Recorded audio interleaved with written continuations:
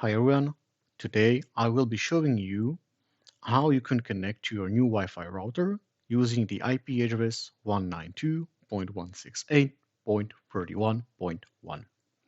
The first step is you need to check if you are connected to the proper router. You can check that here on the right under the Wi-Fi settings.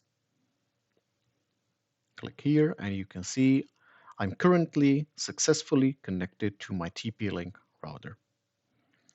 Now I need to make sure I'm connected to the right IP address. Go to the search bar here on the left and type in CMD for command prompt and press enter. Now you can just type in ipconfig and press enter. Under the default gateway, you can see your router's current IP address. Now you can just copy it,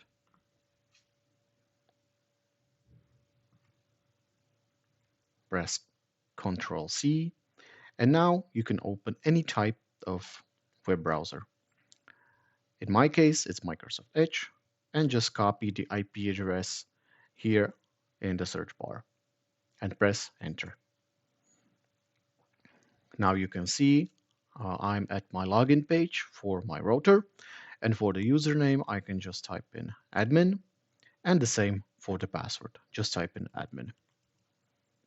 Click on login. Now you have successfully entered the admin panel of your router. On the left, you can find all the different settings. In any case, if you want to, for example, change your IP address, you can click on Network, then click on LAN Settings, and here you can see the current IP address, which can be edited. Once you edit it, just click on Save, and then you can log out from the admin panel. Thank you for your attention. That's everything for today, and please don't forget to subscribe.